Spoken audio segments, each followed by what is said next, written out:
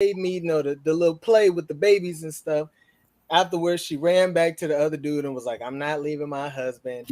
Oh, she was creeping with the other dude. So we don't know that yet. They insinuating she creeping with the other dude. That's how it ended. But Russia is mad. He been blowing me up the past 2 days about this show and text messages just going off.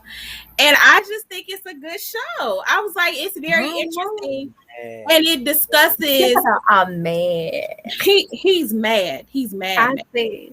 He's big mad. And I'm like, but it was a good show. Right? It was good. But he got it. Oh yeah. She had the 80 and just couldn't be happy with it. She had to chase the 20. But see, that be the thing. People can't be happy and satisfied with what they get until it's gone. Then they be like, I did. It's gone. I saw it in a different way. And I was trying to fit when they went to a sex party because her husband tried everything to get her to. Oh, wait a minute. Russia. What he did was wrong at that party now. What he did was wrong. We got a dilemma, a conundrum. What she done did at this party. No. What he did was wrong at that party. No, it and wasn't. She asked him not to. Oh, wait, if she say don't do it and he did it, then it's wrong. They both consented to go into that party. They consented to go. He was trying to be wild. But then in the last episode, she left, lied to her husband, and went to go fuck the ex. We don't know that. We don't know that she lied. She went to the man's house. She ran to his home. She ran. In her flats. She ran to Manhattan, went up the elevator, and said, "I'm not leaving my husband. Now fuck me."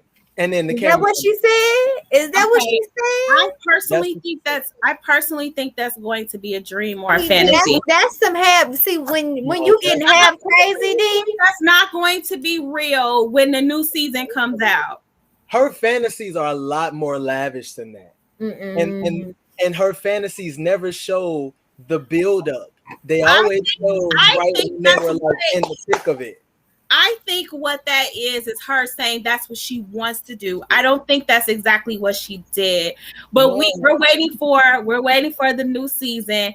People and for the people who watch it, because we live, what's the name of the show so they can go check it out? The name of the show is on Netflix. It's called Sex Life, and I started watching it yesterday, and I've watched the entire season now. Like, I'm done. I was finished last night, and then I was watching it. It was just like, this is an interesting topic of discussion, and I told Russia to watch it, and then I also told my best friend to watch it.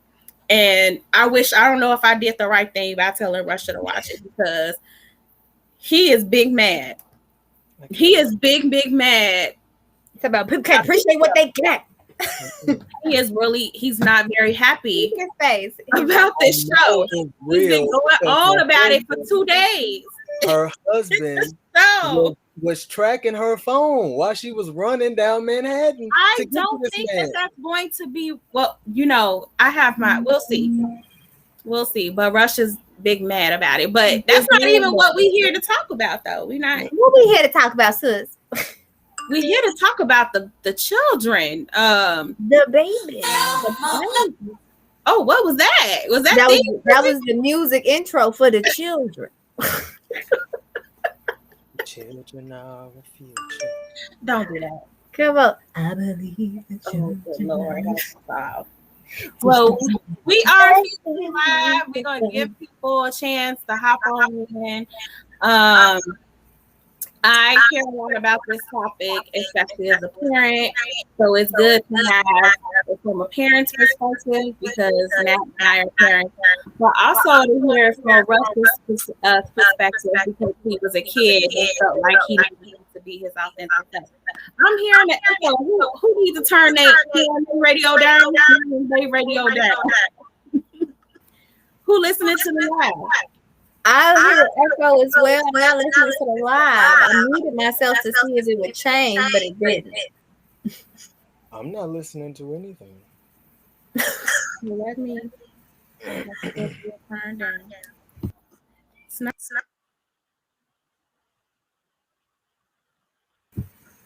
Is you muted? Because I can hear you. Okay, but I'm gonna mute myself and then somebody else talk. Okay. Technical difficulties. No, it's still echo. Oh, it's gotta be one of y'all gotta talk. It must be Rush then, because I muted myself and it was still an echo. I muted myself when you were talking. You muted yourself where? On here or on the live you watching? I'm not watching the live. I muted myself here. Russia, was it you? Because now it doesn't stop. Tell the truth. I'm not watching it. No, it's back. See where it is. You know what? We're not about to go through this today. We're not about to have these problems. Well, I was on there a half an hour early, so we could work on stuff like this. But nobody told you about the show a half hour early. Extra. Prompt. Okay. That was very punctual. Yeah. Thank you for being here. I'm glad to go 8.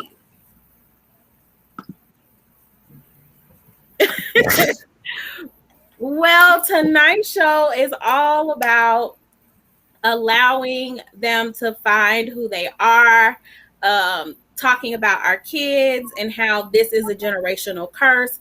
A lot of times in our communities, we struggle with this a lot. We struggle with allowing our kids to really figure out who they are. We have them live up to our expectations only, and we are not very good at times at allowing our children to express themselves and who they are. This is more than just like telling you, hey, no, we don't hear the echo anymore, Rush. This is more than just like them being able to express if they're upset, but also if they are gay or part of the LGBTQ community, if they are having issues with figuring out who they are, what they like, if maybe they don't want to grow up to be the things you want them to grow up to be, if maybe they don't want to go to college. You know, that was a real big thing. I know for me growing up, my parents was like, you going to college. Like they really, really wanted me to go to school, in large part because they didn't get to go to college and get to finish school. So just really allowing our kids to find their way and figure out who they are without the pressures of us as parents, and how that is a generational thing and how we need to change that so that we can have a healthier future for our kids. So I'm excited to have this conversation. It's super important. And I really think that we need to talk about it, especially closing out Pride Month. There are a lot of children that are part of the LGBTQ plus community and doing so in silence, hating themselves. And that's why I thought it would be a good perspective to have Russia here, who shares a lot about his journey. And so he was excited to talk about it. Kinda. He act like he didn't want to come on today. But you know how he is. He just gotta complain. We was talking about this beforehand. It's just in his spirit. It's okay. We know he love us though. Exactly. And be mad. He be y'all. For all of you was out the insight. Rush be big mad when he ain't get a link to the show. He be texting you like, he just gotta complain. It's in his nature, so don't pay him no mind, okay? He be so mad. And so now when I'm like, okay, so you coming on tonight, he's like, I might got stuff to do. You ain't got nothing to do. You know you gonna be listening anyway. Get your butt up on here. You love us. Oh, we gonna talk about this today. I don't want to hear that. I don't want to hear that, Rush. But we glad to have you. So let's jump into it because as most of you know, the whole point or how I even got inspired to start this show was because of my daughter and her just expressing some of her challenges and some of the stresses that she had with me. And I thought that I was doing a great job of breaking some of them generational curses. I thought that I had it all figured out. I was like, oh yeah, you know, I didn't like this growing up, so I'm not going to do that.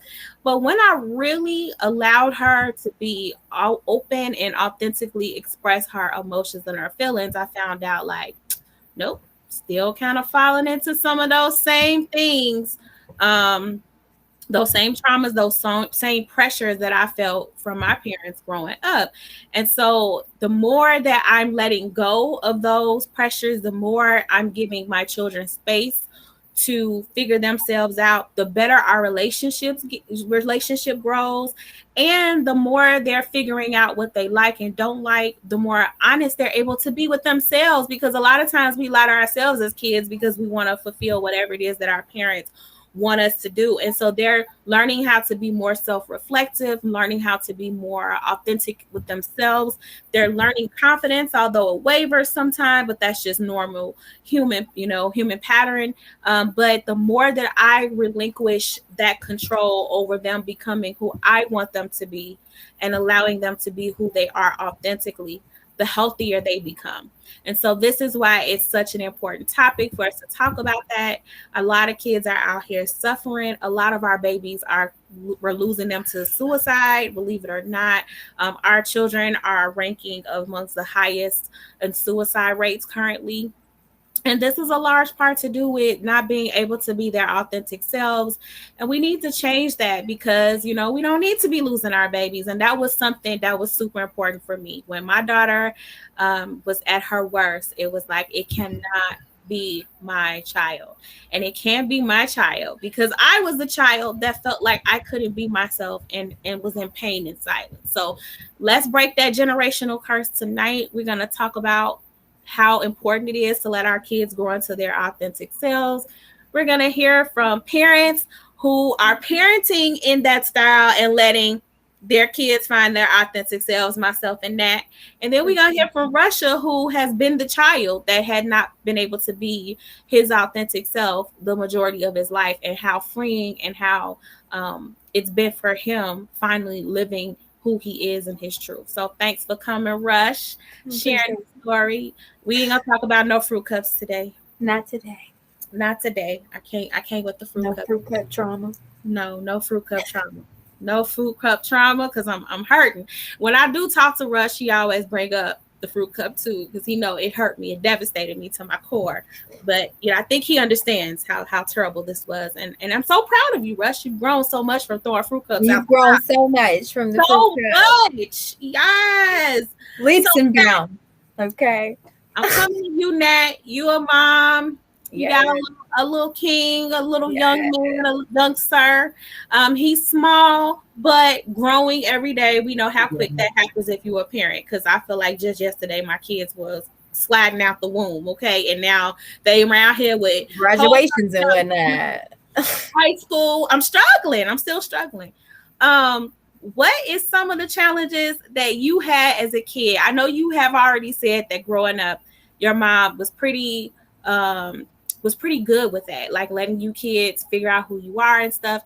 But you had to have some times in there where maybe you weren't being exactly who you wanted to be, or you felt pressure to be something different or something more. Is that accurate? And how are you changing that for your son? For me growing up, I feel like, and blessings, gratefulness, and gratitude to the ancestors that lived their life the way they did, so I could live the way I choose to. I've always been kind of authentically who I am today. Even as a really young person, there, was, of course, because kids are mean in elementary school, there was bullies and stuff like that. But I've never felt pressure at home to be something that I'm not. When I wanted to pursue my career in acting and theater and the arts, it was always supported at home. It was never, I know some people have the reality of, get a real job, or, let that be the backup. But then, gung ho was like, do it. And from an early age, early elementary school, I decided I wanted to be an actress, and that had always been my path, and that's always been my majors from high school to college and my degree, and I've always been met with support in that realm. Russia laugh at me because I guess I can say that I am LGBTQ plus QHIZ as well, all the alphabets. Because I'm actually bi, if we want to put a label on that.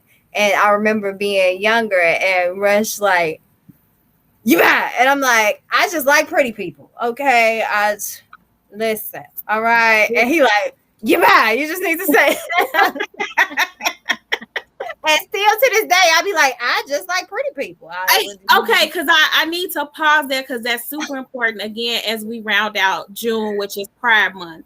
About how significant it is with that and being able to be your authentic self and being able to say that without hesitation, like to be able to really label yourself. And I get you like, I just like people. I mean, I don't, get down with the labels and all of that stuff. But for the person that needs to say that to have self-acceptance first. Yeah. I guess that's why Russia was like, just say it. Like, just say what you want. Like, I like pretty people. So, I mean, I've had relationships with men. I've had relationships with women. And so that's just what I've always done. And so when I never really fully had a conversation with my mother about liking women. I just remember having like my first real girlfriend and her coming over to the house. And I was like, hey mom, yeah, this is my girlfriend, and boopity boop. And that's how they were introduced. Like, it wasn't like all right, mom, I gotta sit you down, gotta tell you. It was just like, hey mom, this is my girlfriend. All right. What was it with that you didn't feel like you needed to do that? Because I think it's super important. We need to talk about that. And so tell me why, and what was it that your mom did where you didn't feel the pressure to authentically express that to her in that way? I feel like, and I think later on she asked me as I was older, because when that happened, I was in college. Mm-hmm. And later on she asked me, like, did you feel like, why? She asked me why we didn't ever have that conversation. And she was like, did you feel like you couldn't talk to me, or, and I was like, no, it was the opposite. Like, I knew it wouldn't be no issue. So I was just like, hey, this is my girl and we finna go out. All right, I'll see you later, type of thing. But it was her support through everything else that I knew. And I know that, I'm a rarity, sadly, with the mother that I have and the support system that I have within my family. And so I don't take that lightly. I don't take that for granted, because I know that's not everybody's reality. So I want to start by saying that I know firsthand that's not everybody's reality. So I'm really blessed to have the mother that I have. And so I just through growing up again, through wanting to pursue my career in the arts, there was never you can't do it, try something else. It was always support. And with everything else I wanted to do, it was always met with support. And conversations where she's just like, I love y'all for who y'all are and whatever you want to do. And so I knew that it wouldn't be an issue. So I didn't feel like that conversation or that big ordeal was necessary. When it came up, I was just like, hey, this is my girlfriend. And I knew it would be okay. And all right, we're gonna see y'all later. We're going out. And I just knew it wouldn't be an issue, because I knew that my mother wholeheartedly loves me for who I am, and she wouldn't judge me. And I know that it's the same for the rest of my siblings as well. And then everybody she comes in contact with, she's just an open, loving person. And I thank her for being that, because I believe it aids me in being the open, loving, accepting person that I am for whomever you are, whatever your circumstances, whatever you identify with. You're a person. I love you. I ain't even got to know you to love you. And so I definitely feel like I get that from my mom. So I feel like her actions and her support and everything else in my life led me to believe that I didn't have to worry about having that type of conversation with her and feeling judged or belittled or not accepted, because I knew she would accept me. And that is truly a blessing. Absolutely. To someone that also fits into that spectrum as well. I've never had that conversation with my mother. So, I recently had that conversation with my sibling. And a lot of that is from sometimes when you grow up and you're in a particular environment, people say and talk about things around you, and it shrinks you, right? It makes you even more so feel like you can't be open about who you are. There's all these stigmas about the LGBTQ community, about it being a choice and all of these things. But, people know these things very early on, and it doesn't necessarily mean someone abused them or some sort of traumatic influential factor happens. It really is just who we are, who people are. And I feel that a lot of more children are actually flying under the radar and living stealth because they can't express that openly with acceptance, and they fear rejection from their family members. What is my family going to say? How are they going to treat me now if I tell them that? There's a whole lot of that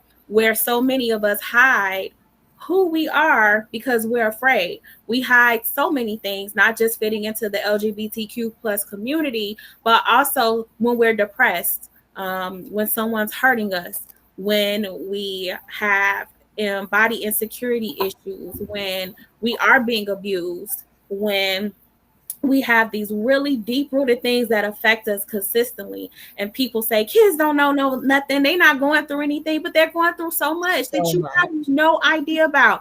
And part of it is feeling that you won't relate. Yeah, I know you love me, but I don't want to disappoint you. How many kids are silenced right now because they don't want to disappoint their parents? Not and even I think that's important though. Right. I be seeing parents, you know, he had to take it out. The show was too much. Okay. All right. Don't be trying to rub out the do-rag line. Facts. All right. Fresh cut away. You know.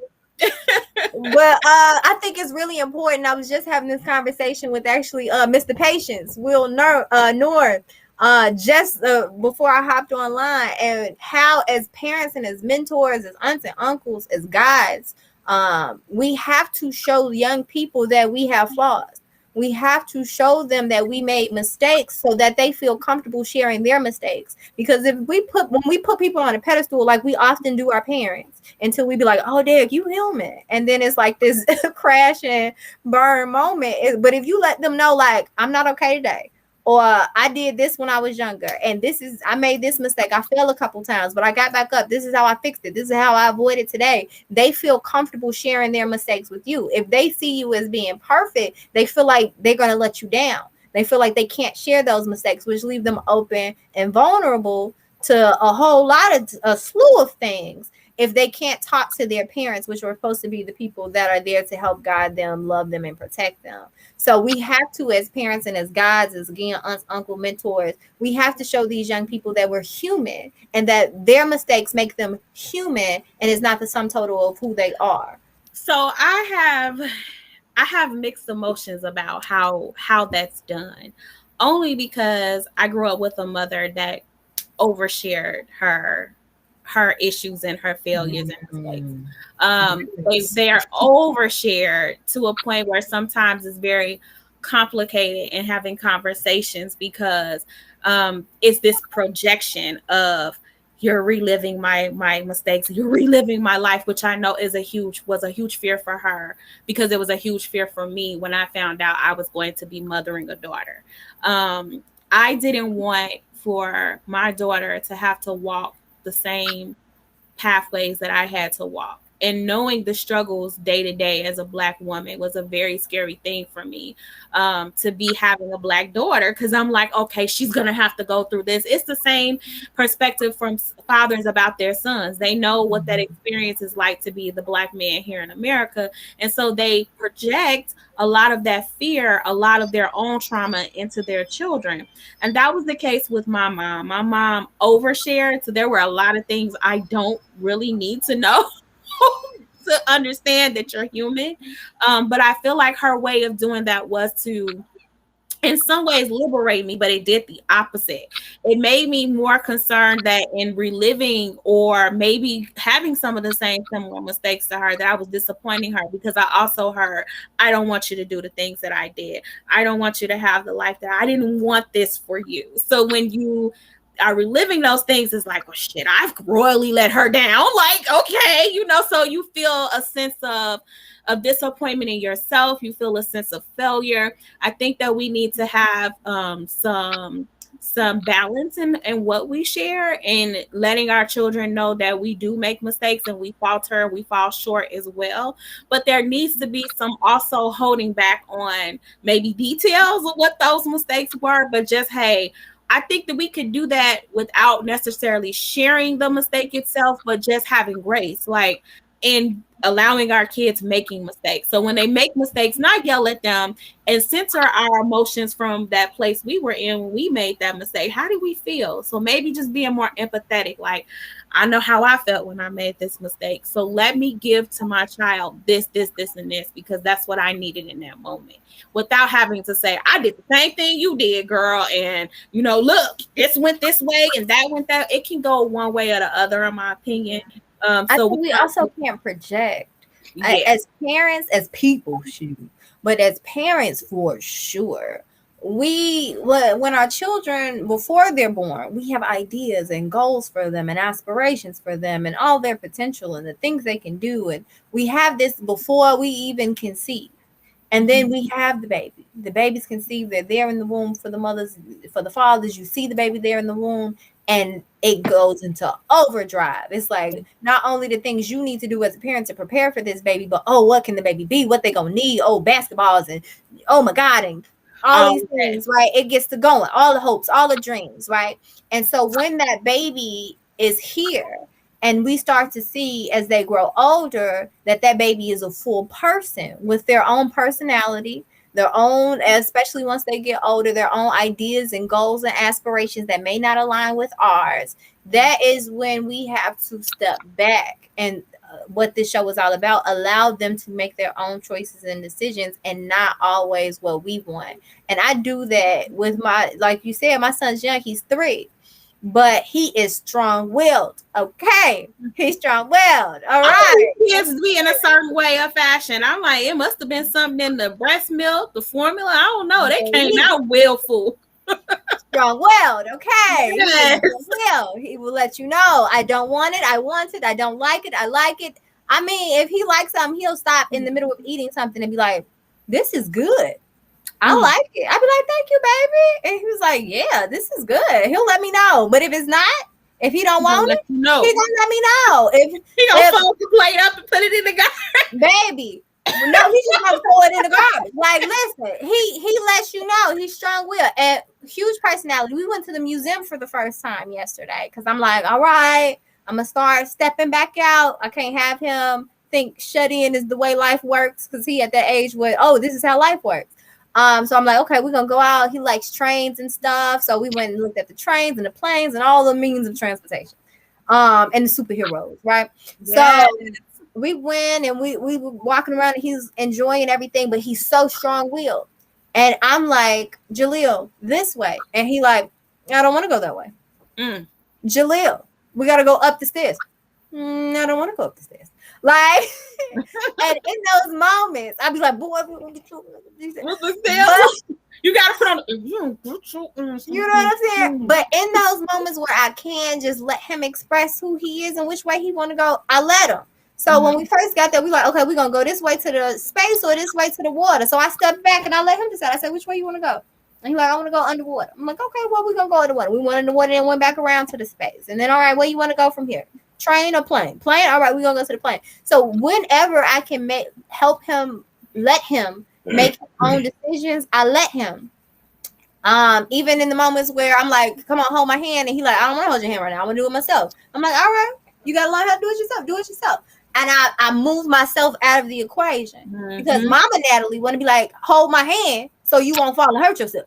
But he said he want to do it himself. I got to let that young man be a young man and let him do it himself. And when, he falls all the way down, you just stitch him up.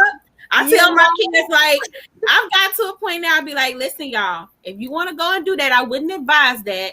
I'm going to let you know, though, ain't no ER visits. I've watched all seasons of Grey's Anatomy. I study under Meredith Grey Husband. I got you. I'm going to stitch you all the way up. Okay? It's going to be handled right up in here. I mean, but that's the thing. Like, I at 3, I'm like, I'm going to let you make some decisions. Not all of them are going to see 3. But I'm going to let you make some decisions because you strong-willed for a reason. And that's the thing we have to realize with our children. They're ours, but they're not really ours. Like, we were blessed to have them and help nurture them and guide them in this life, but they are their own people. And we can't break that spirit. Right. And I'm not trying to, because you were given that spirit to come to this planet with that energy for a reason. So I'm not going to try to break that energy. Now I'm going to help mold you so it ain't crazy out here in these streets. You know what I'm saying? But I'm going to let you keep that energy and teach you and try to talk you through how to use it for your greater good and not for your detriment. Because being strong-willed can go either way. So I'm going to help guide you so that can be for your greater good and not your detriment, and to know when to listen and when not to listen. Because sometimes you shouldn't listen. You know, so I'm here for that part, but I'm going to let you be strong-willed because that was your gift given here on this planet for a reason. And that's what we have to remember as parents. It may not always be what we want, but it may be exactly what they need. It's not going to be what you want, and that doesn't mean you failed as a parent. I think that's probably one of the biggest things that we have to stop internalizing who our children become as it being solely our parenting job. These people come here with a personality already. That's it. They are here with their own personalities out the womb. And I liken myself as their tour guide. Hey, thank you for joining this thing called life that we have. Please keep arms, legs inside of the vehicle at all times. Here are your exits here to your left and your right. I'm the tour guide. That's it. I'm trying to show them what you could do, what you couldn't do. Now, I do have boundaries, and I think that that's a better way of putting it, because normally it's rules. I got rules in my house, but I got boundaries. Like, listen, when it comes to certain things, I'm not going to, as a person first and as your mother, allow for you to A, B, C, and D me. That's just it. But in return too, I'm not going to A, B, C, and D you, because even though you're my child, you're still a human being. And I have to allow you to be that human being and speak from that place of humanity and understanding and empathy and sympathy and grace. Like, make your mistakes because you need to, and it's safest for you to make them mistakes here. Well, I can kind of help you figure out how to get out of them. And then also aiding them in knowing that their mistakes are not bad things. Like, a lot of times when we how we react to things as parents is training them how to react to things. So when they drop something on the floor and we're like, oh my God, you just that's so they're gonna drop stuff on the floor and be like, I just dropped something on the floor. You know what I'm saying? So no, you dropped it. Okay. Crying over spilled milk. Right. Well, my son does stuff and he starts to drop things and he may get worked up, mostly because if he dropped his food, he mad because he wanted to eat it. But in that moment, I'm like, it's okay, babe. We're gonna make a mess. What you do when you make a mess? And he said, clean it up. And I'm like, absolutely. We just gonna clean it up and we can get another one. It'll be all right. Teaching that type of thing, because that type of behavior leads into adulthood when they are afraid to make mistakes, which means they're afraid to live. They're afraid to take healthy risks too. I think that as an adult, that's my biggest issue. I'm terrified to make certain mistakes. So when I'm making a move, I gotta have a plan: A, B, C, D, E, F, G, H, I, J, K, L, M, elemental P. Or not elemental P.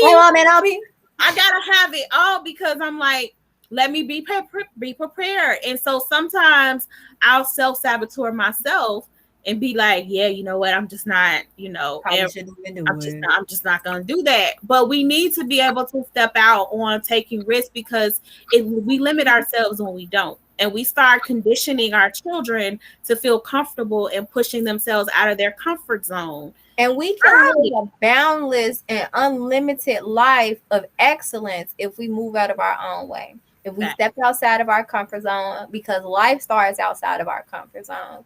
And anyone who's ever been successful, if you monitor, some people got different people they like or idolize. But if you just look at successful people in any field, whether it be business, athletics, music, acting, whatever it may be, their stories are similar. They didn't, some of them was born into it. But for the most part, it's because they worked themselves, they pushed themselves, and they took risk to get to where they are today. So if you don't take certain risks, healthy, safe choices to make, yourself who you want to be, or to get successfully where you're trying to be, then you're going to stay within your comfort zone box, which is limiting yourself. But we can be limitless, and we have to teach our children to be limitless at whatever they want to be limitless with. Thanks. Well, we haven't heard from Mr. Rush over there.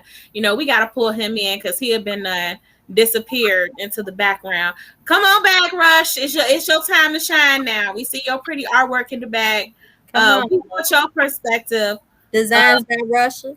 Is that? Did you make that Rush in the back? That's an original. Mm-hmm. That's a Russia Brown exclusive right there. I'll pay you 2 bits for that painting in the back. Bitcoin? Like actual bits. No, actual bits. You know when they used to cut the dollar into little bits? I'm gonna give you 2 bits. No? Okay. I get it. Not even $2? 2 bits. That was big money back then. You had guys somebody 2 bits. Big money.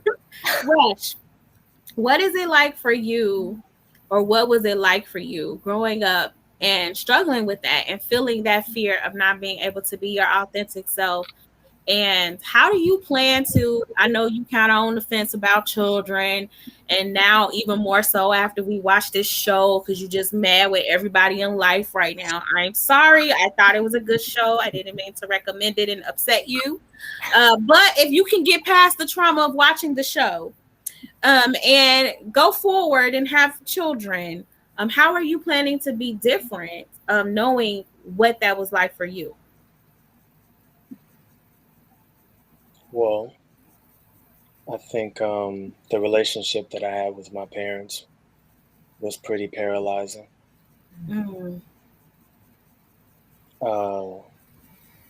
Neither of them listened. You know, it was either a like disregarding me, or I felt that my mom would disregard me. You know, if I came to her and told her something I was excited about or something, she just was like, and we just continue about with what she was doing. My dad would always silence me. I try to tell him about something, and he'd be like, "Shut up! You don't know what you're talking about." So that carried over into life at school. I didn't talk. I didn't stick up for myself. I was afraid to exist. Every moment of every day was just anxiety. I would throw up when I had to go get ready for school. I would shake uncontrollably. I tried to be as small as possible. And that was my life. It still feels like it most days. And that has been the hardest thing to break out of, is being seen. Because now I'm naturally very uncomfortable with it.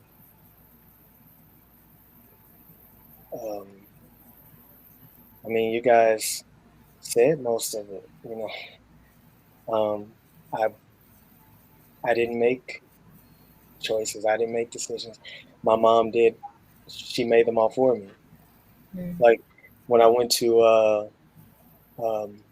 enroll in college, and the counselor takes you on a little walkthrough and whatnot. He had to ask her to to stop talking.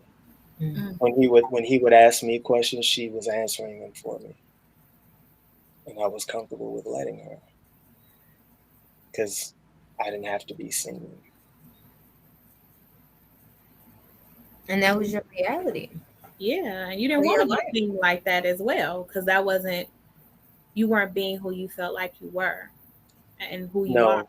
Oh yeah, and yeah. Also, for the viewers that don't know, I am a transgender man. So, being born genetically female and then transitioning to this. I know. Not like that, but just out here thirst trapping people. Spotlight. I know he was thirst trapping folks yesterday, with things. But go ahead, carry on. It was just, my life was just discomfort. Going to Catholic school where everything was separated by gender, girls had to wear skirts. They had to act a certain way. Even with recess, like we were separated. And so not being able to like play with the boys and not being normal, like the girls, and being kind of ostracized a little bit. It's like, where do I go? Where do I fit? So I would just disappear, into the shadows until they ring the bell and it was time to come back in. Lord, that sounds miserable. And it was a very unhappy child, very sad. But instead of, I think, really trying to figure out where that was coming from, my parents, I felt like, lashed out at me. My dad always said, "You're ungrateful. You always got your mouth poked out. You have everything. Anytime you ask for something, you look at something, you have everything." But I wanted them to see me. Mm-hmm. Before my dad died, and before my aunt died too, my great aunt, she, I would come visit her sometimes on my lunch break at work. And I think one of the last conversations she had, she was like, "Forgive your daddy, baby. He loved you." And I told her, I was like, "Auntie, I can be sitting right next to him, and he'll always only see me from a distance." Mm-hmm. So, that's just the relationship that we had. Going forward, if I do have children, I would definitely be, I think, more hands off. I would probably, I would try to put them in things and teach them skills where they could stand on their own. Do things like, let them dress themselves. I mean, because my mom picked out my clothes and stuff. And you see some people who, kids, are drawn to certain things, and they're like, "No, you can't have that." I'll probably be the parent that would let my kids go out in a tutu and cowboy boots and a spaceship suit. Just. And trust me, kids gonna push your limits with that. What was it, the Michael Jackson glove? Hold on, because one time even Kyron had on, I don't know what the baby had on, but he had on one long sock that came all the way above his knee, one ankle sock. He had on a Cubs hat. He had on a dinosaur shirt, or the shorts were dinosaur, and the shirt was a puppy. They were not even the right colors. And I was just like, "You want to go outside like that?" And he was like, "Yeah, I look cool." I was like, "Oh well, let's go." That's what you want. Do. But even that, and not tearing your kids down, just as simple as allowing them to dress themselves, even if it don't make sense to you, because I've had to ignore some fashions now. It's important with allowing kids to get comfortable with who they are and explore, and that's a safe risk. Like, nothing's gonna happen to them if they don't match. Nothing's gonna happen to them if they wear one long sock, one short sock. They gonna be gives them confidence. It gives them confidence. Exactly. That's like when Julia's like, "I want to do it myself. If it's safe," I'd be like, Hey, one time my son got on a whole hoodie, zipped it all the way up inside out. I was like, "You zipped that thing up?" I was like, that is impressive, actually. Hey, if you want to wear it like that, I don't know how you're gonna get out, but I'm impressed. I can barely zip my damn jacket regularly, like the regular way. You got it all inside out and zipped up. So kudos to you. I was impressed. It was like, hey man, how can I tell you no after that? You put so much work and effort. Winning. I think that's the thing too. When we give them the space to figure out who they are, because this is what happens. This is what I see, and y'all let me know if y'all see something different. And this is not everyone, nothing's 100%, but this is what I see a lot of times. parents are consumed with what they have going on, what's on their to-do list, and they don't really see their children because they're managing their children, right?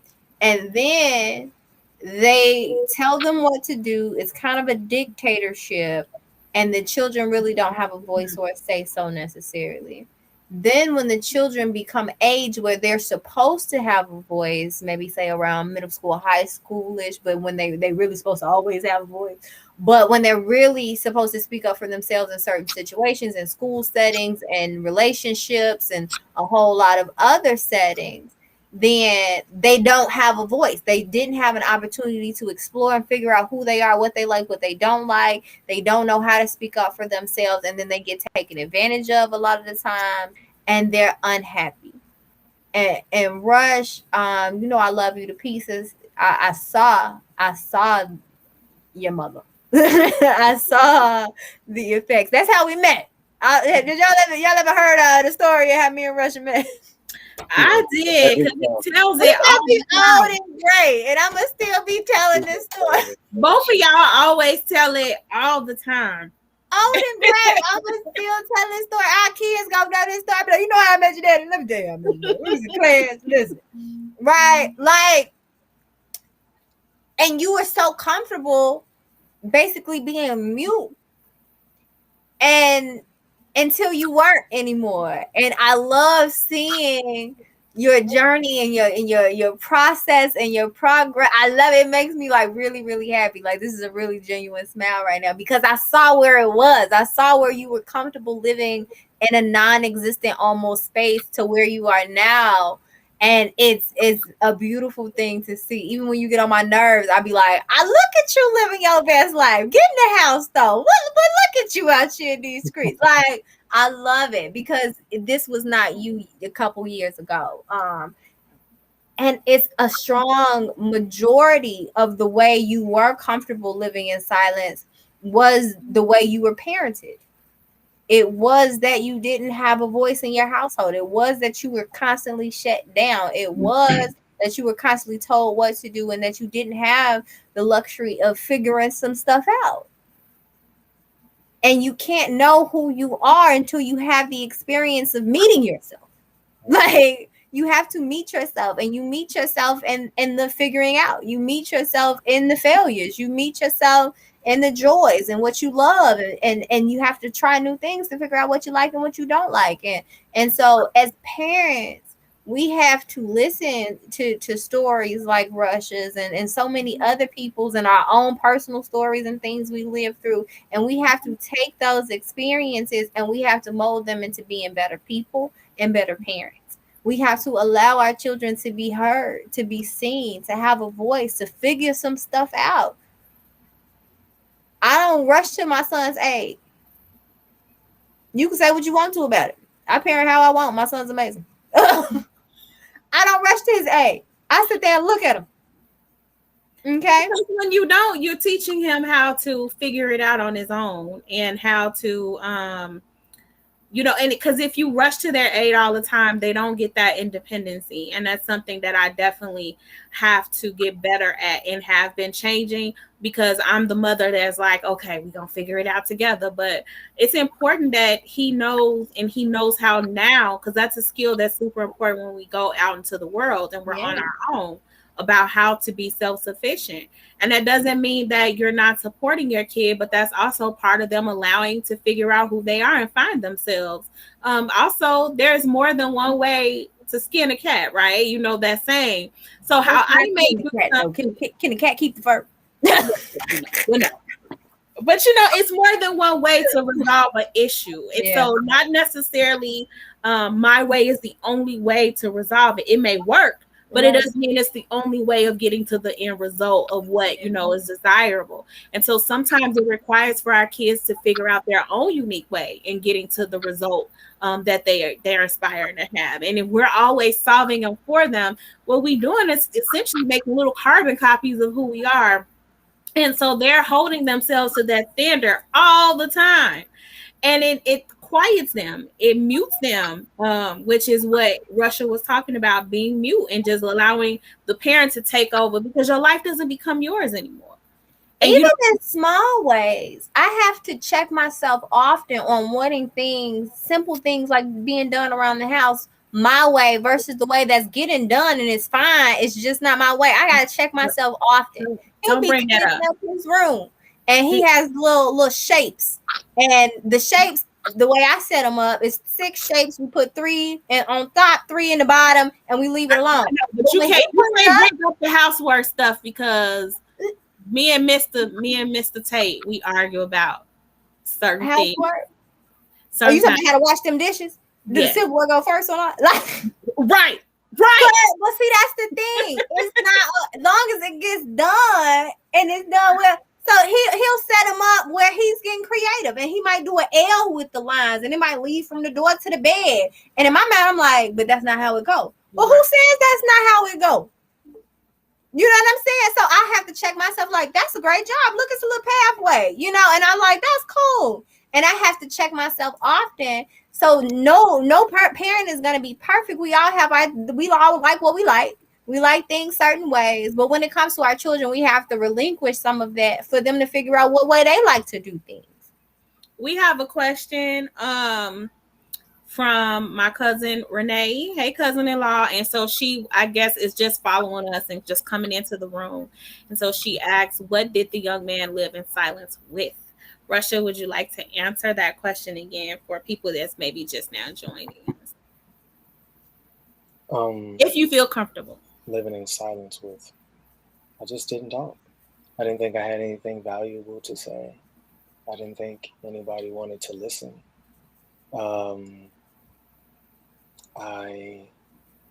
It took a while, to be able to, tell my mom, I don't like that. I don't want to wear that dress. I want to wear this. As a transgender man, that was difficult. And when I would have, friends come over and they were girly and whatnot, and my mom liked to, dress them up as baby dolls and stuff. Sometimes girls get jealous. Like, that's my mom. I don't care, because if she was like dressing them up, then she wasn't dressing me up. So I was cool with that. But I just, every day was uncomfortable, trying to figure out where I fit, who I was. And I think because of, being really sheltered in that way, it's taken me a long time to even start trying to get out of it. 31, still trying to figure it out, still dealing with the issues of, not being seen, not wanting to talk. And contrary to like what a lot of people think, I talk a lot. I talk a lot. I just don't talk a lot to everyone. And I'll go to, events and stuff, and I'll be in the back, be in the shadows. And people like low-key think I'm a mute until they get to know me, and then I talk, But it's just, I don't know. I just don't. It takes a while for me to warm up. It took a long time to warm up to Natalie. A whole doggone semester of a really long time. I'm getting better about it. Yeah, and then going to Catholic school, and like this person is saying, going to Catholic school, I think was even more detrimental to my journey and who I am as a person. Like I was telling Sante earlier, the only thing that I can say for sure that I learned from Catholic school was just how to hate myself, There was no, I felt like the only one, I felt like the only one. And I know that most of us feel that way because we're scattered, or it feels like we're scattered because we're shamed. And so most people try to blend in with everyone else. Even so, I think when I first, a few years after puberty started, I would, I think I was like in eighth grade, and that's when I started noticing that, I had an attraction to women, and you hear your family say certain things, and then you go to Catholic school and you hear certain things, and then the kids are teasing you, saying certain things, and so I would just go home every day and just I would just cry myself to sleep every day, and I would pray like, God, please, like I'm already weird. I just want to be normal, you know. I just want to be like everybody else, and like I, I. And I couldn't like have like a real attraction to a boy like at all. I tried. I just I just couldn't get past. I was like, they're stupid. Like they're stupid. And but I'm like, please God, if you could just like take this away from me. And that's why um that Lil Nas song, it not Montero, but the one that he released afterwards. Um where he was talking about, these gay thoughts are on me, praying for God to take them away and stuff. Like it it hit me because I'm like, Lord, I guess we was all doing that, huh? Thinking, oh, it's called Sun Goes Down. Thinking that, you're an abomination and you don't deserve to live and stuff like that. There's a lot of, contemplating suicide and trying to figure out how to not exist because you didn't want to have to be a burden for anyone else to deal with because people seem so bothered by it. Like I have a lot of men on my timeline now. They are so upset. Like, stop promoting homosexuality to our children. And I'm just like, I mean, I've never seen two men kiss and just wanted to, have sex with one. So I don't know what they're going through. I don't know if they know that that's not how it works. That's not how it That's not how it works. And then that statement, to say that statement like you're promoting homosexuality, I get it to a certain extent, but that's also assuming that there's no homosexual children.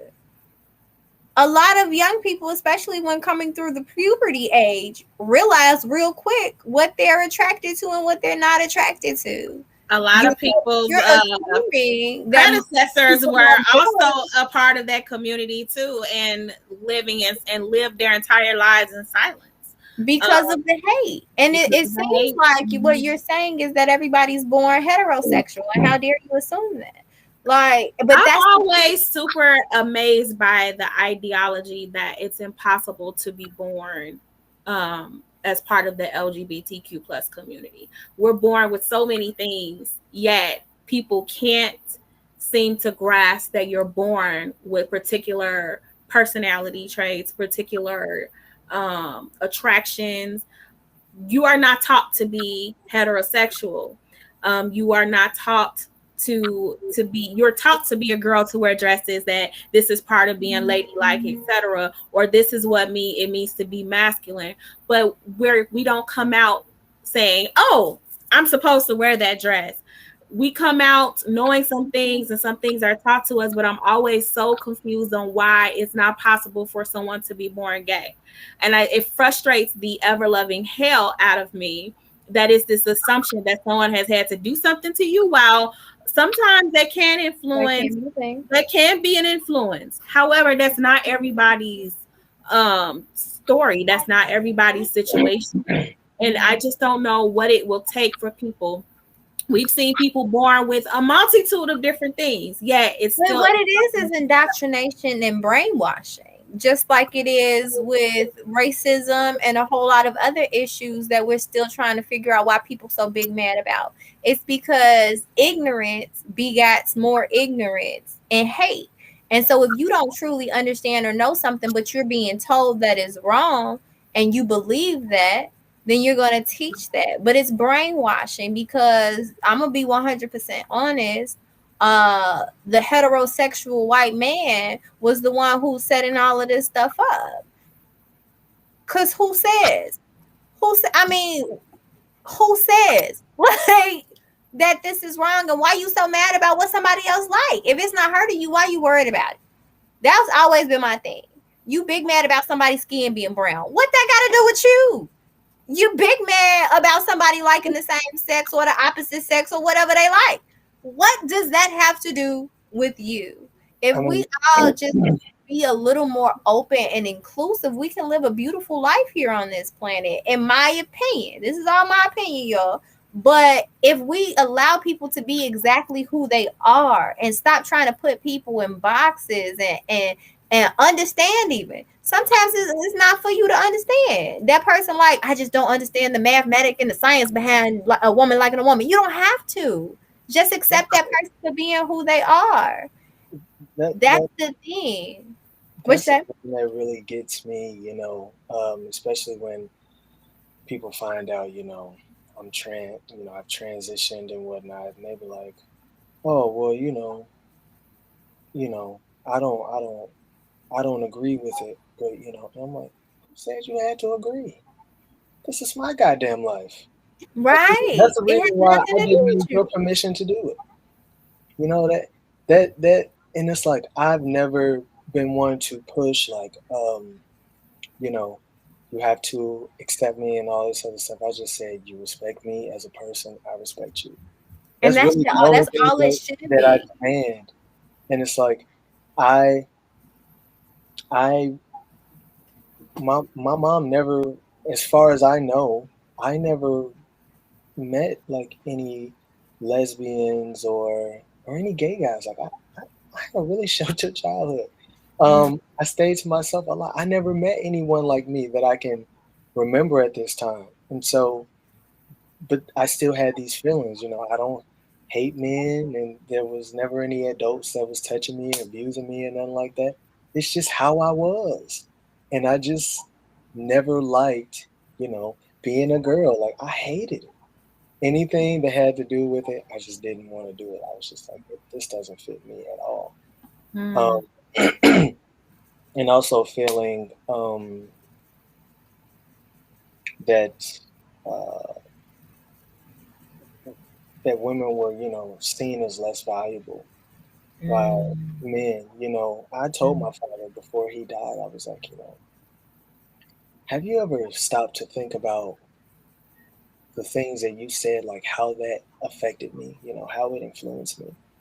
And he didn't know what I meant. And I said, do you know how damaging it is for a young, female body child to listen to you talk about women as if they're accessories to men? As if they are, just walking incubators for babies, like, and oftentimes it was always a mind fuck for me, right? Because my dad would always say, like, you're young, you're smart, you do whatever you want to do, be whatever you want to be. And I'd be like, hey, Dad, I want to be this. He's like, nah, you can't do that. That's not a good feel. That's not a good feel. Contradicting at all. But he didn't stop there. He would always say, that's not a good feel for a woman, For a woman. Yeah. He always made that. That's worse. Yeah. And it's like, and that's when I, as I got older and I listened to more and more men with this mindset, I was just, when I hear men talking like that, I just like ask them, like, do you like women? And they always look at me so funny, and I'm like, I know you like having sex with them, but do you like them? Please say that again, because I think that's a really, really, really, really important thing that we don't talk enough about, is like really authentically liking women, especially Black women, and not just for tools to board your children or to serve you, but like women. I don't feel that a lot of them don't. Women are seen as people. Women are people. Women are property. They are things to be held, in control of, and not actual people most times, as mentioned in the comments, due to misogyny and supremacy, and it's really, really crippling and devouring our community. Absolutely, because it's the exact opposite when you look at African civilizations. When you look at African culture and African civilizations, the women are top notch. Now, a lot of it's changing because of influence on Western society and some other things, but for the most part, the value systems that we need to address, we need to go back to the root. And I'm not saying every country in Africa works this way or is perfect. I'm not saying none of that. Ain't nothing perfect. Ain't nobody perfect. But what I'm saying is we have to get our morals together. And morals don't mean, for me specifically, Christianity in the Bible, which says you going to hell for not believing in Jesus, or you going to hell for liking what you like. I'm saying morals as far as being people and how we want to live our life and what we want our society to look like. And I don't want people to die based on the color of their skin, and I don't want people to die because they like what they like. That is what I'm saying. Morally speaking, we should decide how we want to live our lives. We should decide to take care of our elders. We should decide to take care of our young people and make sure we're literally guiding them to be the people that they need to be in the world, and not dictating over their lives. Because you have adults still ruled under their parents' thumb and what they want them to be and what career fields they want them to go in and who they want them to marry. Grown people still being controlled by their parents to this day.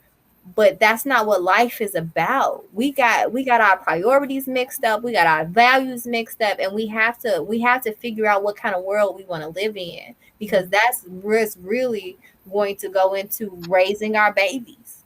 You as a person saying what kind of world do you want to live in, raise your children to fit into that world. Yeah. When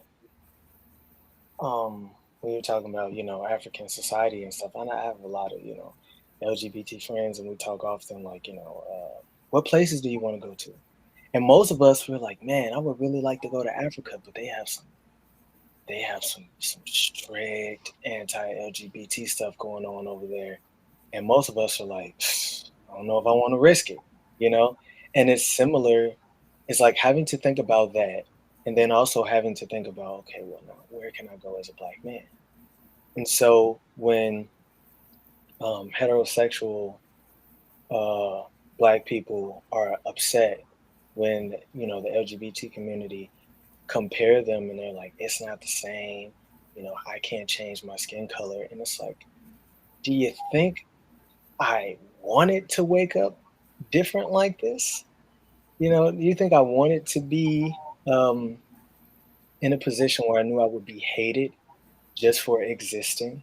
Most of the people that I knew, nobody wanted to be like this. Everybody was praying, God, send me something, a miracle or something.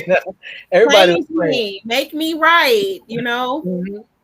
Nobody asked for this. Like, to be funny enough, when I did, because naturally I didn't know what being transgender was. I just knew that, I would always tell my mom, like, oh, I wish I was a boy, but I didn't know that, with science I could change a few things.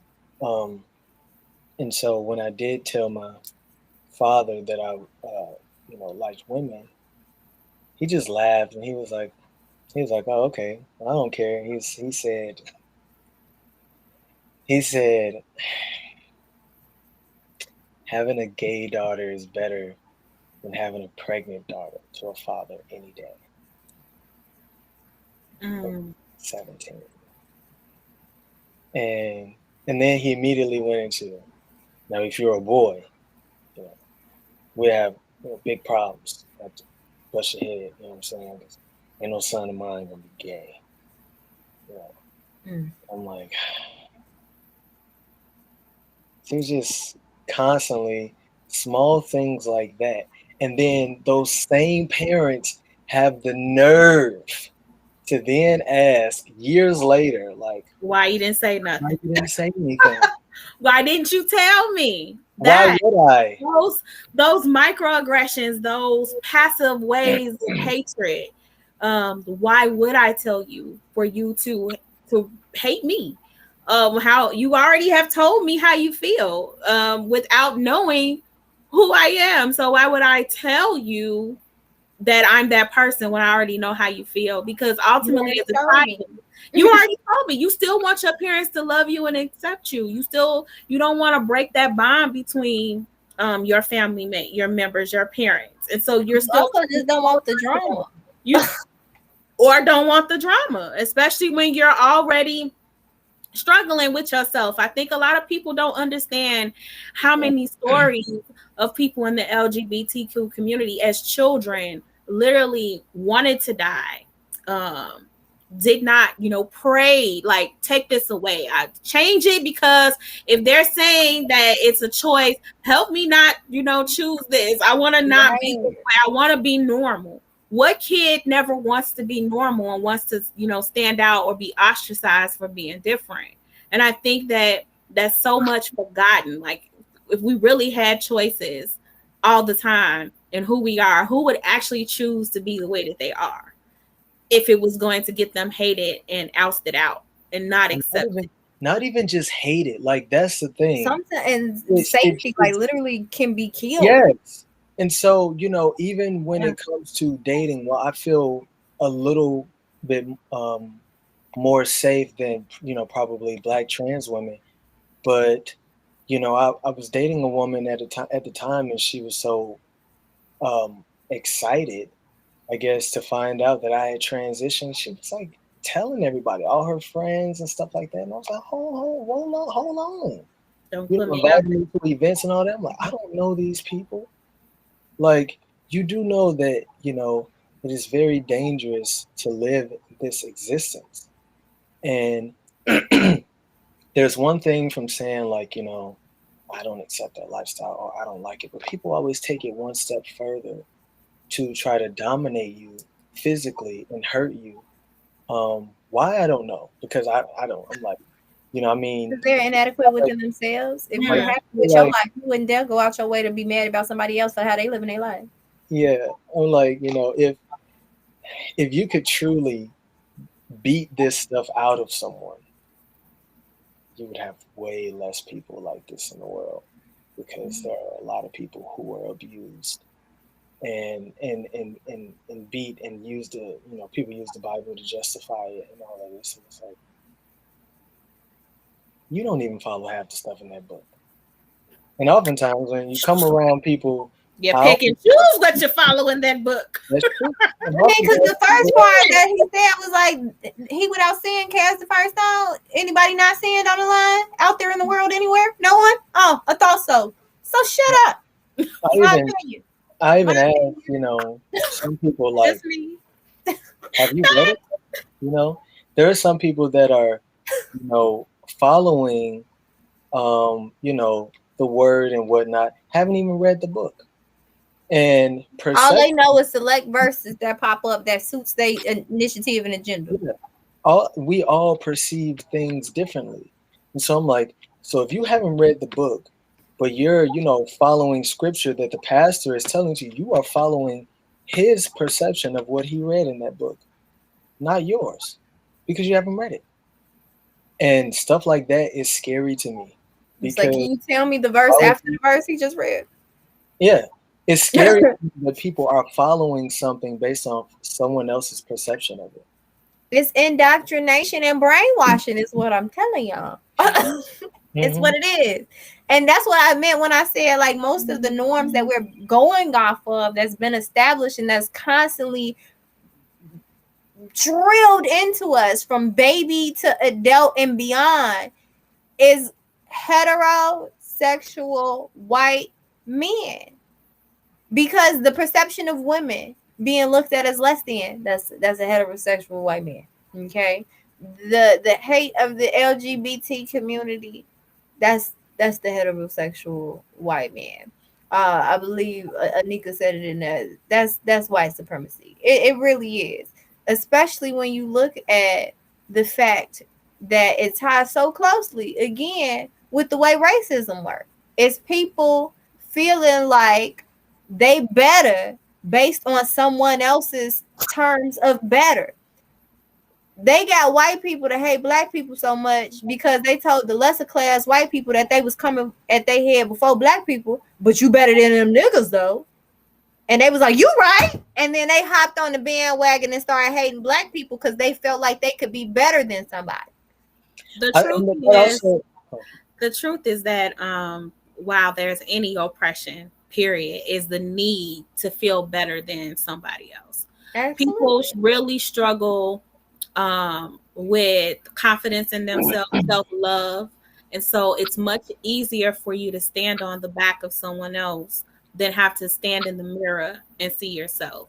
And so that's exactly why there is oppression, period, because people struggle to understand their own inadequacies. So it has to be that it's not really an inadequacy because I'm still better than someone else and I have to find someone else to be better than. And that limits us without realizing it. Honestly, it's those people that refuse to need to stand on someone else's standard of what it means to be great that surpasses our understanding of what it means to be great. When you actually have someone that does something or becomes the GOAT at something, it's because they're not letting someone limit or put a standard on what that means to be the greatest of all time. And so when we are just comfortable enough in just saying I'm better than someone else and that feels like an accomplishment, we limit ourselves and we don't get to be our true selves. We don't get to, be more than what we are in that moment. And so that's what it really stems from. More than anything is that I need to feel better about myself. And the best way to do it is to pick apart somebody else. That's what bullies do. I was going to say that's bullying. That's exactly what they do. That's why a lot of straight guys be getting beat up by gay guys. Leave them people alone. You know what I'm saying? Like, because you don't know they got them hands. You they had to fight. Come on, you automatically think you can beat this dude up just because he's feminine. Like, but see, that goes back to the ignorance. When people don't know, they make assumptions, and their assumptions be dead wrong, and they get their butt whooped out here in these streets. And that's what I'm saying. And we also have to, again, as parents, and talking about how we can accept our children and help them, guide them for being who they are, we have to eradicate this ignorance by raising children that is accepting of people for being people, for being human, which means you have flaws, which means you gonna be different, which means there's no such thing as normal because everybody has their own quirks and different things. We have to raise children that accepts their own quirks and differences so that they can accept others, because that's that part. If I'm pushing down how I really feel or what I really like because I'm trying to fit in, then I'm gonna make fun of you because you trying to really express yourself and like what you like, but I'm pushing mine down, so now I got to step on you. We have to raise our children to identify what makes them different and know that just because you're different doesn't mean one is better than the other or worse than the other. We're just all different. And if we encourage young people, then we're encouraging a change in this type of behavior. Go ahead, Rush. I'm sorry, I stepped on you. Go ahead. As far as like, child rearing and socializing and stuff like that, it's something that's very hard to break out of because, oftentimes, especially, back in the day, young female-bodied children were taught like, women are soft-spoken and all that other stuff.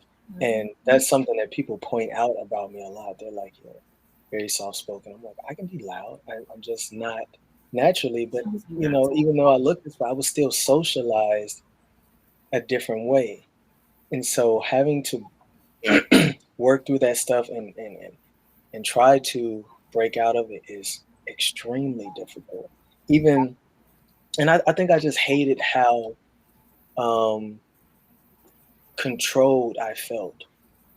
Like I remember walking down the street with a childhood friend, and I hated going to their house because her grandmother didn't like me, and I knew she didn't like me because she saw that I was different. And so I would try to make myself even smaller when I went over there, and we were just walking down the street. We had to be like 11 or 12, and I was whistling, and she stopped me and she was like, "Young ladies don't whistle." And I didn't hear her at first. Who, the grandmother said that? Yeah, I didn't hear her at first, so I just kept whistling, and then she said it again. I was like, I just looked at my friend. I was like, "Damn, you can't whistle." Yeah. Look, I just want to, every time I hear whistling, though, it takes me to my favorite scene with Peppa Pig. That woman made me so uncomfortable as a child that you can't whistle. Yeah, I literally can't whistle. She's very old school, very old school. And she made me so uncomfortable as a child that even after not seeing her for about maybe almost a decade, and when my story came out on the newspaper, my friend, texted me. I'm an adult now. This is like 2-3 years ago. And she was like, "Hey, congrats on your story." And I jumped out of bed. I was like, "Oh, her grandma. The newspaper. Your grandma, go read it." Your grandma.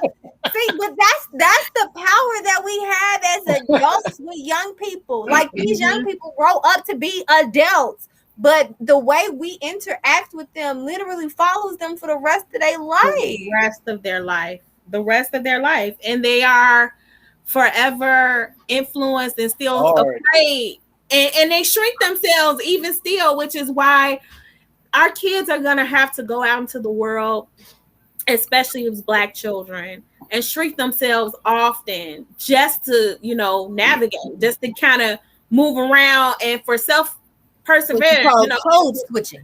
Exactly. So it's like the one place they should not have to do it is with you. Like, you should be. Kids need a safe haven too. Like, they need everybody needs peace, and your children want to find peace in you. They want to know that you're going to love and protect them no matter what. One of the saddest things that you could say to a children that I've heard people say to their children before is, "Well, if you're gonna make that decision, don't come back here," or, I'm done with you. It's the saddest thing ever. It's like, so if I'm gonna be honest with myself because it makes you feel uncomfortable, you're done with me. Like, that's it. If I make a choice, if I choose, and that's also leading to how we started off about making mistakes. So you saying I can't make a mistake and come back to you. I can't make any decisions. I can't do what you don't want me to do. Now, certain stuff, is major. Like, if you out here smoking crack, don't come to my house. Like, you know what I'm saying? But at the same time, what if I want to get better? What if I'm seeking treatment? I made a mistake. And we have to understand that we are human beings. And there's a lot going on in the world. And we're all going to make mistakes. And as parents, we've made mistakes. We were once young. We did what we wanted to do. We didn't always listen to our parents. But again, showing our humanity to our children shows that they can be human too. Again, with that balance that Sante talked about earlier, but we still need to show them that we're human and that they're human and that they're going to fall short. But there's always an opportunity to change and to be better. When I discipline my son, when he doesn't do something, like if he's not listening to me or whatever whatever happened, right? I talk to him about it. I don't just haul off and discipline him. I talk to him about it. I say, son, do you know why we talk blah. Mommy asked you to listen. I've asked you 3 times. I even counted to 3. That's our thing. If I tell you and I say it, I might say it a couple times, but by the time I get to counting, by the time I get to 3, you better been to do what I asked you to do, or on your way to do what I asked you to do, or we're going to have a problem.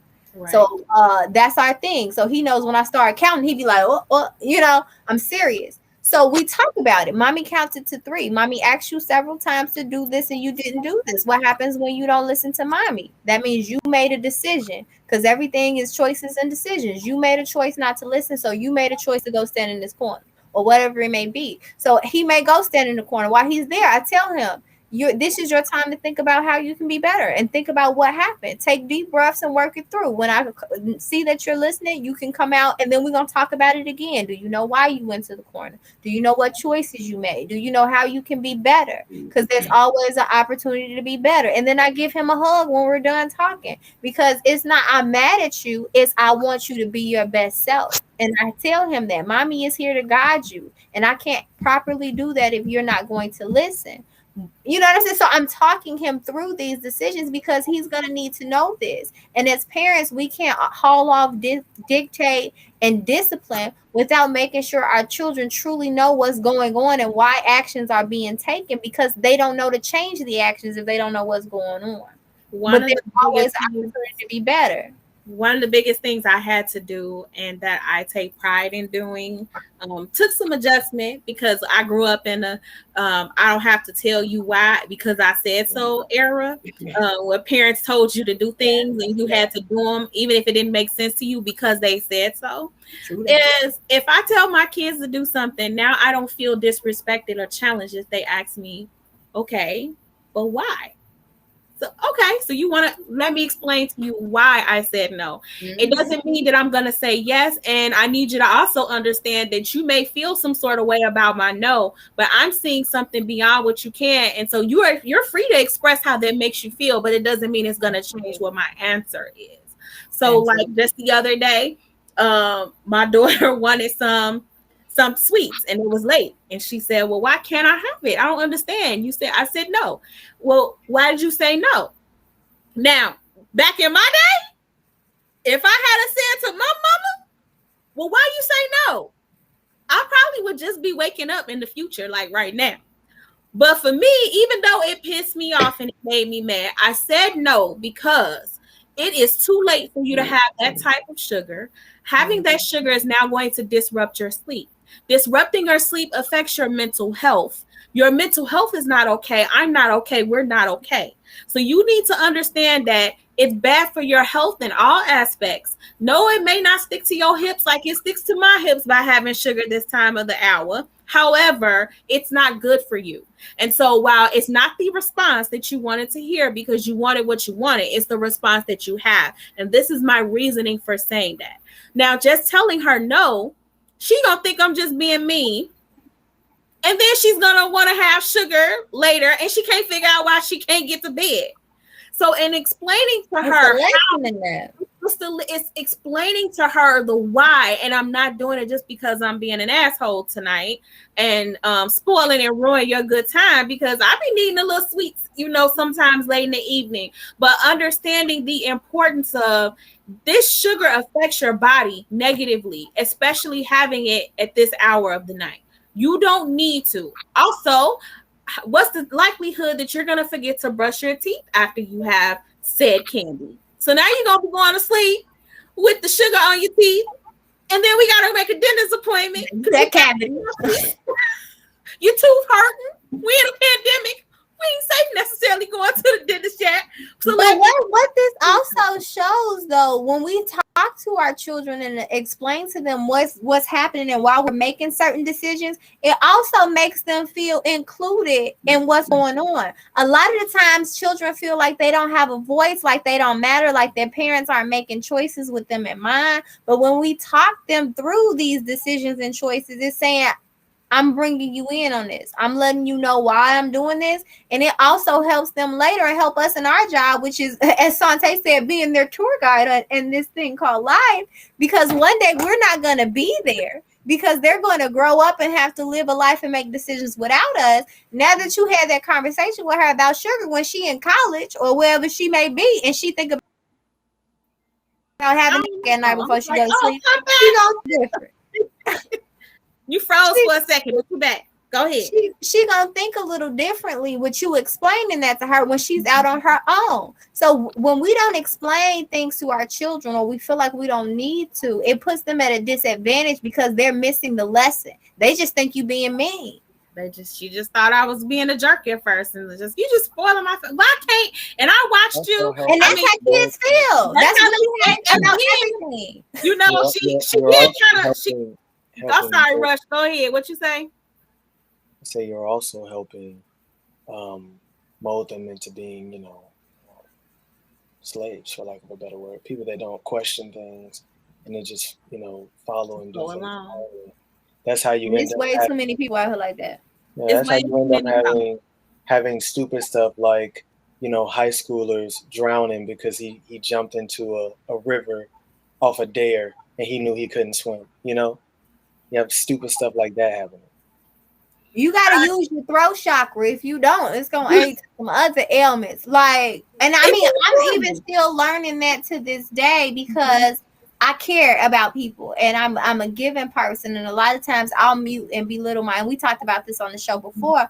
I'll mute how I feel so that somebody else can feel good or to help someone else. And I'm shifting that because I'm healing my throat chakra.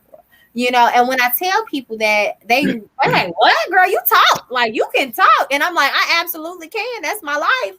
But I don't speak up for myself enough. And so within that, we have to, thank you, best friend. Best friend, like, no, you do not. No. So it didn't surprise him when I said I was healing my throat chakra. He didn't amen me. Okay. But the thing is that if we build that into our young people early, where they can ask questions, where they can question authority, and they're just not blindly floating through this thing called life, because it's a lot of sheep out here. That's why I said it's way too many people out here blindly listening to I'm gonna be me, what the government say, and not looking into stuff for themselves or what whomever had said, and they just blindly what they bossed and talk. We got to do our research. We have to make sure doctors, everybody. They make mistakes too. They make mistakes too. They're human, but also as someone who's an advocate and someone that works with sexual abuse victims, teaching your kids to not advocate and speak up for themselves makes them very vulnerable for other traumas, i.e. sexual abuse. And it also makes them adults who don't know how to advocate for themselves when necessary. For example, there's been a lot of proof and a lot of data that's suggesting that Black women don't get the same level of health care when they going into the hospitals, and they're not listened to because Black women are looked upon as not having certain levels of pain thresholds, etc. But if you don't teach your child how to advocate for themselves and say, like, I know my body, I know something's wrong, it's a whole lot easier for them to be looked over and not cared for properly. It teaches them to be targets for that abusive man when they're out here dating and finding themselves in those abusive relationships. It teaches them how to be silenced and shrunk in toxic friendships, because your girls especially are in very toxic friendships, female to female friendships. I hear and see it all the time, where they're dealing with so much from other girls. But they're taught to not advocate for themselves and stick up for themselves. So it's super important that we teach our kids now how to speak up. Was I pissed that my daughter was questioning what I said? Yeah, the mama in me, the Black mama in me was like, oh, no, she didn't. But it was you gotta sit that down for the greater good. You gotta, take a step back and say, you know what? This is why I said it, so that you understand that mama just not being me. I'm not trying to ruin your good time. I'm not trying to take away your joy. I have some method to this madness you feel that is madness. There's reasoning behind that. I wanted her to know that I'm not just being me, because also that's rapport. And then also, if she sees me, which she brought up too, where Robert kind of was like, all right, now she done explained to you now you're going too far, because she did try to take it a little bit too far and being like, well, I've seen you eat candy, late at night, and I'm like, that's your balance. Like, you can question, but you're not gonna disrespect. But you're not gonna disrespect. And I said, and guess what? If I see fit, I'm gonna go and have me some candy tonight, because I'm an adult. And now, if I make a choice about my health, it affects me. I gotta deal with it. I have to deal with it. If I decide that I'm gonna eat this candy and forget to go brush my teeth before I go to bed, I'm the person that gotta pay for that dental visit. You don't have to pay for it. So I have the means to deal with my repercussions. Do you? Because right now your repercussions are mine as well, and they affect my pocketbook. So I need you to understand that they affect my pocketbook, my time, I'm the one that gotta make the appointment. I gotta chauffeur you there. I gotta deal with your anxiety because you Pay have for to the bill. I gotta But I pay. think that's the thing too. Like, we have to understand. We sometimes we gotta explain, but it's to a certain extent. Because I think some people may say like, "Oh, that you being too leisurely with your kids, letting them ask you questions." But no, you can ask me questions, and I tell Jaleel that all the time. I say you can tell me anything. You don't have to whine, scream, cry, none of that. I say just use your words and tell me what's going on, because mommy's job is to help guide you and help you. So whatever you need help with, I'm going to help you through it. I may not do it for you. I may talk you through it, whatever it is, but we're going to get to it, and mommy is here to help you through that. But what you're not going to do is disrespect me. You're going to make sure that everything you say comes with love, because he's 3, but he'll get to raising a voice, and I'll be like, excuse me? And he knows to bring it back. And he knows to bring it right on back down. And the thing, and I remind him, you can talk to mommy and you can tell me anything or ask me anything, but whatever you do, you're going to say it with love and you're going to do it with love. That's it. So it's boundaries to having these type of conversations, but you can talk to your kid. It affects me a lot, even still to this day. I was a few years ago, I just started therapy, and I was having a serious bout with panic attacks and stuff like that. And like I said, I always had nervous issues and stuff. And when I finally went to outpatient group therapy and stuff, I started tracing back when was the first time that stuff started happening to me. And I thought it was at school, but it was at home. My mom came home every day, and she still does. Came home every day yelling. Didn't matter if she was in a good mood. Didn't matter if she was in a bad mood. Didn't matter if she was in an ambiguous mood. She yells, and would make me nervous. So whenever she came home, I would pretend to be asleep. That was the only time she didn't yell. And and having been silenced, it's been hard to advocate for myself, even though I have. And when people hear me say stuff like that, they're like, I can't believe, that you deal with stuff like that. And I'm like, oh yeah. And it's bad. But even something as simple as I went to AutoZone and I bought a battery. And the guy put the battery in the car. Now, I don't know much about cars except for how to drive them, and he put the battery in backwards and went to, attach it. Something sparked, car wouldn't start. And he started saying like, oh, I don't know, maybe it's a different issue. And I'm like, what you mean it's a different issue? I drove my car here, and now I can't drive it back.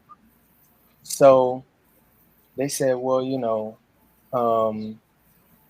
at first I was like, I'm just going to pay to get it fixed, because I didn't want to deal with the process of having to call and talk to folks and stuff. I don't know why I got a lot of phone anxiety too. And then I tapped into a little bit of that power that I've gotten from, advocating for myself a little bit. And I was like, you know what? Hell no. Because this is y'all fault, not mine. So I called corporate. I told them what was happening.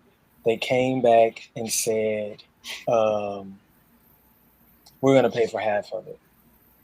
And then my mom was like, well, at least they're going to pay for half of it. And I was like,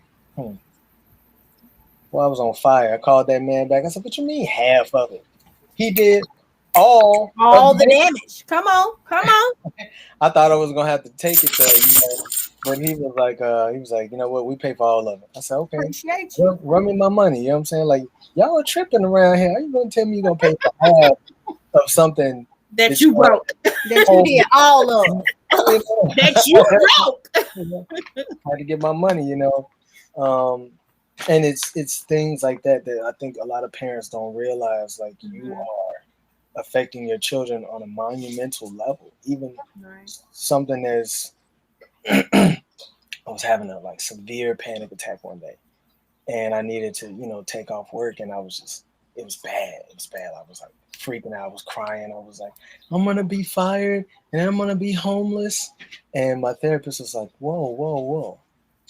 They're like, you're kind of spiraling there. They're like, what's gonna happen is you're gonna take off work, you're gonna go home, you're gonna, get some rest, and then you're gonna try again tomorrow. And I was like, no, I'm gonna be homeless and I'm not gonna have a job. And they're like, where are you getting that from? And I went back to the first time that I heard it. I heard it from my mother. He's like, you got a good job, you can't be taking off work, they're gonna fire you, you're gonna be homeless. And sometimes, parents don't understand that, like, you are putting, and like sometimes we don't even understand, like, realize that we are programming our children. Yeah, programming them, but I'm like, you're giving me your fears. Like, this is your fear, not mine. And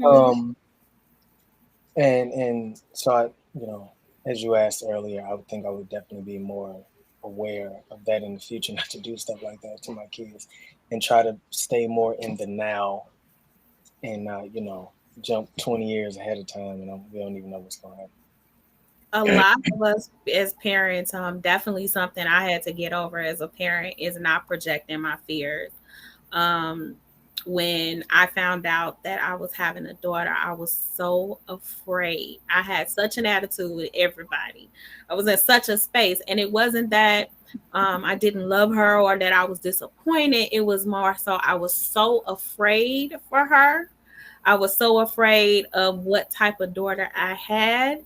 I did not feel that I was going to be a good mother. I wasn't sure of what type of mother I was going to be because, I had not planned to be anybody's mama. So I was just so worried about when this little girl came, what I was going to do. And I just remember finding out that she was a girl and just being so sad and worried. And Robert and I were sitting in a restaurant getting a pizza. Shout out to Fiesta Pizza. Y'all know Fiesta Pizza outside. We was at Fiesta Pizza, and he was just like, I don't understand. You're gonna be an extraordinary mother, and I can't wait to see her. I loved heels at that point, so I was like super girly. Never really not wore heels. If you called me in some gym shoes, it was just one of them days. He said, no, I'm looking forward to her playing in your heels and dressing up with your makeup and, doing all of these things. Is going to be so much fun, and it's going to be such a joy, and, it's going to be a little you. And it was the first time I stepped back and I was like, why am I so worried? Like I wasn't this bad person. I wasn't, I was a pretty good kid. My friends was out here, I ain't saying I do no dirt, but my friends was wild. And I was not doing a lot of that stuff, because one, I was afraid mom was going to kill me.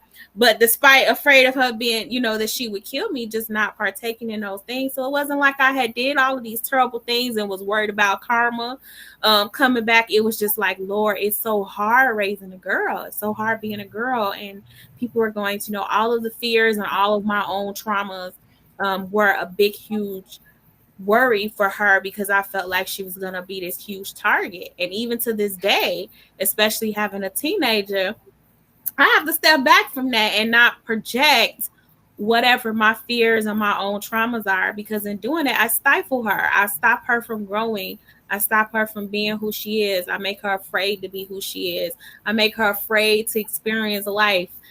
Because some of those experiences also made me who I am. And if I didn't have those experiences, the good things in me wouldn't be a part of who I am either. I think that it's super important that we don't shield our children from all of our experiences, whether they affected us negatively or not, because in some way they made us grow into who we are today.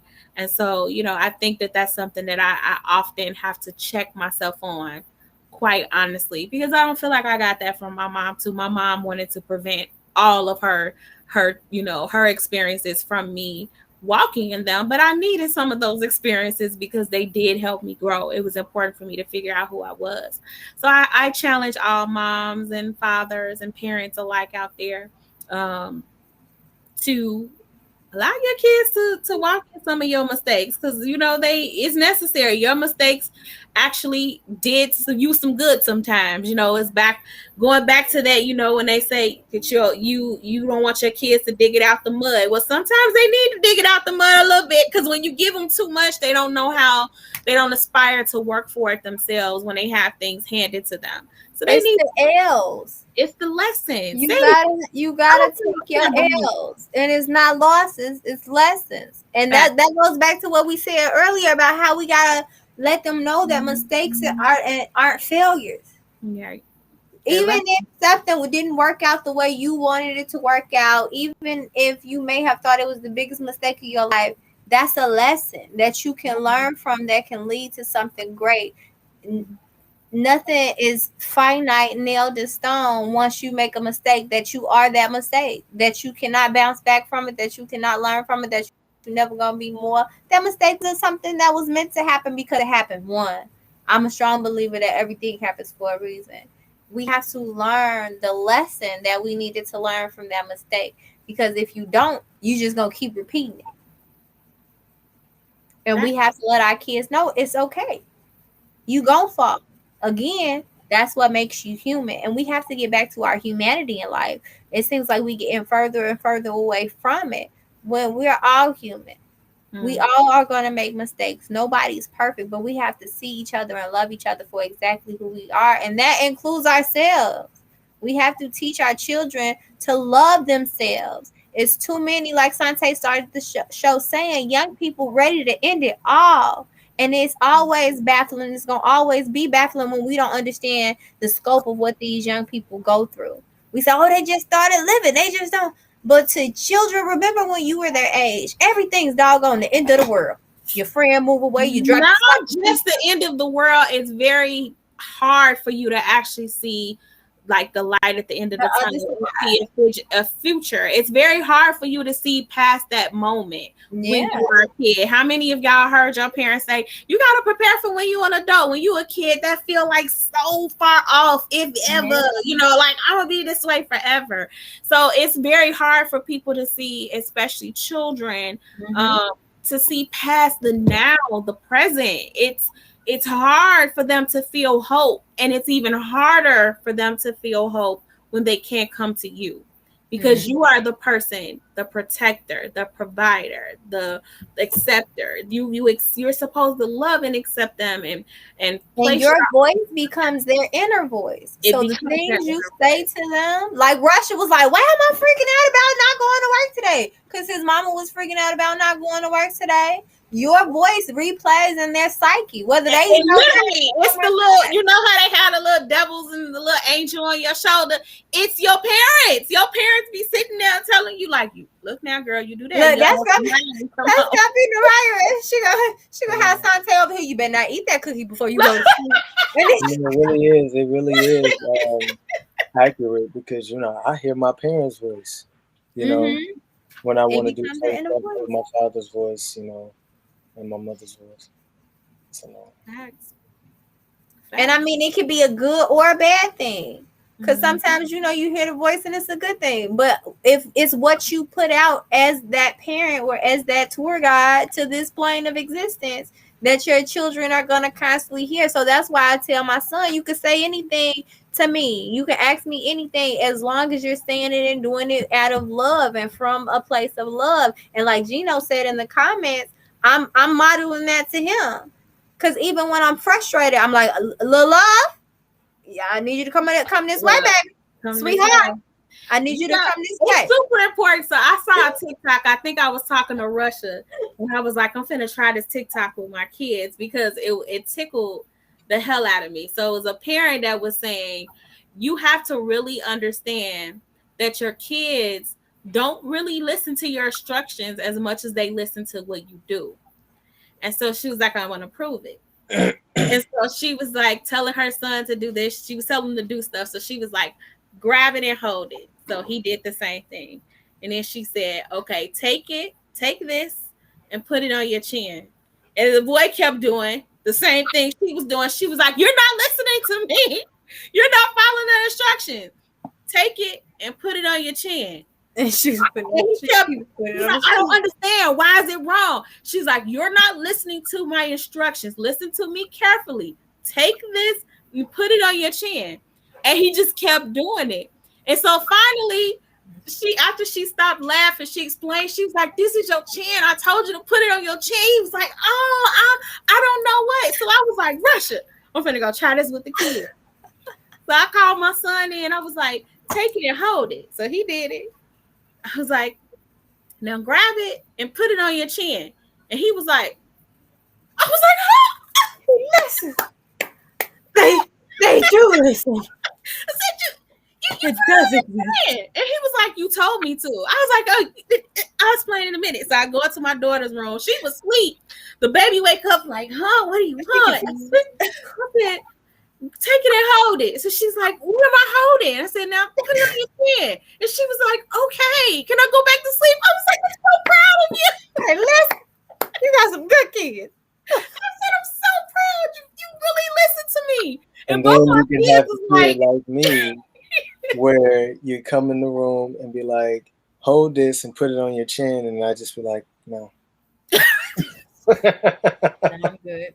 You're the rebellious kid. No, because right. it's stupid and I don't understand it. No. It's stupid and I don't understand it. I don't do things I don't understand. It was to prove a point that kids more so pay attention to your actions than they do your words at times. So it's more than just saying it. It sticks better with your kids when you actually do what you said that you're telling them to do. One of the things that's super important that I say to myself all the time is I want to be the woman I want my daughter, or I'm trying to raise my daughter to be. Not just her be that woman. I want to be that woman that I want her to be. So when I'm telling her to be ambitious, baby, if you have a dream, to go after it, I had to start this pod show because I needed to be the woman I want her to be. When I'm telling her to, not be hard on herself and to self-love and take care of herself, I have to be that woman. She has to see me modeling that. Because if she doesn't see me doing that, she's not going to really take it to heart. It's like, how you telling me to do something that you don't want to do it the right way, and it's good, it's beneficial for you, then why you ain't doing it? What I need to do it. So I have to make sure that everybody, that everything I'm trying to make my kids grow up to be, I have to be the example of that. I have to be the epitome of that. I have to be living in that, because they're going to respect what I'm saying better. It's going to stick a whole lot differently to me just telling them. So we round in to the 10 o'clock mark. I'm trying to make sure that, I'm starting to head into my old age, and I be tired as hell, and I still got into my old age. So we gonna make sure we end it at this 10 o'clock. Although with some of these topics, me, I could go all night. It be causing for some links, okay? Because we're gonna talk about it. Before we leave, I want to get closing thoughts from both of you on letting kids find their way and how we gonna break this generational curse, because that's what we all about, right? We all about breaking curses. And if you're not a parent, you are an example, or you are in the life of some child in your life, and they also look to you, because we know it takes a village, right, to really genuinely, authentically, and correctly raise children. So even if you don't have children of your own, just know somebody out there somewhere is looking to you. And so how are you going to break the generational curse within our community of allowing kids to find that way, whether they're your own or people you mentor or care about? So I'm gonna go to Russia first. Russia, closing thoughts on the topic, and how are you going to break the curse? Not having any kids. Oh, you know what? Excuse me, you ain't got no kids? You ain't got no kids? Look, and Jaleel don't even fuck with me. Like, that's because he act like you. You know what? It was so crazy. She brought him to my house and took him out his little chair, and he was standing next to the car. And I said, "Hey, Jaleel, if looks could kill, I would have died 3 times." No, not 1, not 2, but 3. I would have died. That's because he got exactly what he asked for. And the whole time I was pregnant, he wanted an Aries, and he got an Aries. So I did. And that's why I didn't take offense to it at all. Because I used to look at people just like that. And I was like, He's gonna be my You best saw friend. He just yourself. don't even know it yet. I thought he gonna be my best friend. He just don't even know it yet. But I'm gonna give him time, to get all that out, because I know we take a little while to warm up the folks, So I'm gonna give him probably about 3-4 more years. Like, Mama, you be ready then. He'd be ready, and he'd be done with all that baby talk, and I can understand what he's saying. But because ain't neither one of y'all got the patience for each other right now. Like, Natalie, come get your son. Man, I would say that the best way we can do this is to allow children to have autonomy over themselves. Allow them the chance to try new things, even if you're scared that they'll be hurt. And if you don't have children, within reason, because you don't want to be creepy, but you can try to be, a safe space. I had teachers that, would talk and, would listen to me when I needed to vent. But yeah, I can also, talking to your friends, when you see them doing stuff like that. Like, I have a friend who has a friend, and this person's, child is saying that they might be, or that they're having thoughts and feelings about the same sex, and this person is very judgmental and kind of harsh to their child. And my friend was like, how are you, condemning them for something that you did? Right, that'll make sense. Like, because this person also had experiences like that. And so, like, calling out your friends on the hypocrisy. Because does everyone need to try it to know that they don't want to? No. But some people do. There are lots of people out here who needed to have, certain experiences to figure out that they didn't want to. And just because, your kid is like, oh, I think, this may interest me, it doesn't mean that it always will. Doesn't mean that it always won't either. But they can go with a lot of things. Let them be okay with being seen, because like you said before, kids don't feel any kind of way, wearing the same outfit 17 times in a row until we make them ashamed to do so. Facts. All facts. All of the facts. All of the facts. Yeah, they don't know anything about that. Like, you teach them shame. Most people that are, everybody, whatever we're ashamed about, we were taught to be ashamed of it. So, yeah, those are my shame is crippling. It's very. It's very. I'm 31. It's still going pretty strong. I mean, it's so hard to get over shame, even when you learn to acknowledge that that's what you feel and try and push back against it. And it's always there. It's always a part of you. It's always a stain on how you feel about yourself. That shame. And a lot of times it still prevents us from doing better and being better people. Better. When I say better people, I don't mean trying to change who you are to fit someone else's standard. I mean being a better person and loving yourself, not hurting others, not being angry, not being, resentful. It really makes you a better person and feeling free to go after your goals and dreams. You feel shame, and also is equivalent to having feared failure. So then you're not willing to try at things because you're already shamed. So it's really prevents us from growing and becoming more of who we can be and who we should be. We have Gino here watching us that says he has a question. Gino, go ahead and pop your question in the box. For Russia. Go ahead, Russia.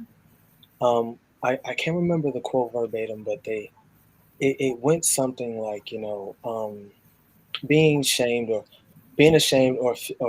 being fearful of something is it even more of a disservice to yourself, because you end up experiencing this thing that you're ashamed or afraid of more than once. It's Mm. like, let's say, for example, it's like as a man, if you want to ask a woman out and you're afraid of rejection, but you keep going over it in your head over and over and over and over and thinking that she's going to reject you. Now, most times, and how it should be, she'll only reject you once, but you'll have those emotions and those feelings and go through that cycle more than once, Mm. because of you, because of the lack of confidence and everything like that. And we manifest our reality. So what you spend your energy on is what you want, is what you're willing into existence. So if we don't also teach that to our children, manifestation and the energy that goes into positive thinking or how you think in general, then we're also doing our children a disservice that way. Mm. Because there's nothing to fear but fear itself. That. Mhm. I know that's real elusive and a whole lot of stuff, but it's so true. I've been shoot your shot has been coming into my mind a lot lately. And I just need everybody to come with that energy. Shoot your shot. Live your truth. If you want to talk to somebody, talk to somebody. If you want to do something, do it. What are we waiting on? What are you afraid of?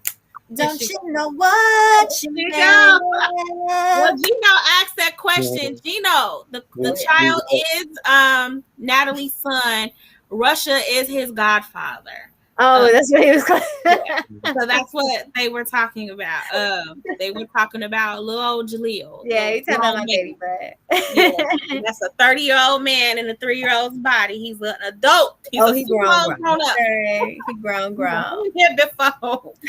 Sis, what are your closing thoughts on finding who they are, letting our children find who their authentic selves is? What are your closing thoughts on that? For me, I think the best way we can help our children be their authentic selves and live their full, amazing lives is to allow them to just be. Our job is to help guide them and aid them, is not to dictate them. We have to let them be, and we have to teach them that it's okay whomever they decide to be, as long as they're not hurting anyone. Whatever they decide to be, it's okay, and give them the room to explore. So, and not be mad that they explore it, because that's what they're supposed to be doing. So if one day they want to do ballet and the next day they want to do karate, let them give you some time. But let them try it. Let them try it. Give them space and opportunity to figure out who they are and love them through the tough times, because that is how, again, they're going to look at the world and how they're going to treat themselves and in the moments of mistakes, or I must use my air quotes, failures. That's how they're going to treat themselves, and that's how they're going to treat other people in the midst of those same moments. So we have to give them space and acceptance to be exactly who they are. And that's some things we have to fix within ourselves. We have to give them room to try.